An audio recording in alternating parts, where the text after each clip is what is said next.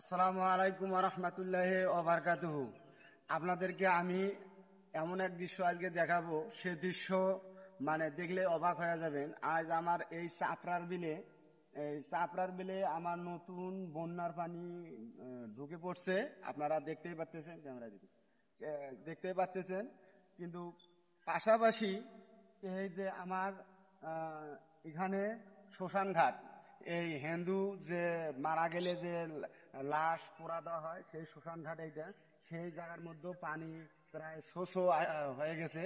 তো আমি যা পানি যে পরিমাণে ঢুকতেছে, মনে হয় 2-3 ঘন্টার মধ্যে এই শ্মশান ঘাট তলিয়ে যেতে পারে। আপনারা লক্ষ্য করি ক্যামেরার মধ্যে দেখতেছেন কিন্তু আসলে কি পরিমাণে পানি ঢুকতেছে।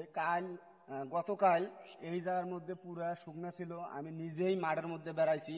কিন্তু আজ মানে রাত্রে বৃষ্টি হওয়ার পরে বৃষ্টির পানি আবার নদী যে নালার যে একটা পানি আসে, এই পানি দুই পানি মিক্সচার হয়ে এখন পুরা দমে পানি প্রচুর ঢুকতেছে। ঢোকার পরে এই 3-4 ঘন্টার ব্যবধানে এই শ্মশান ঘাট পর্যন্ত তলিয়ে যাইতেছে।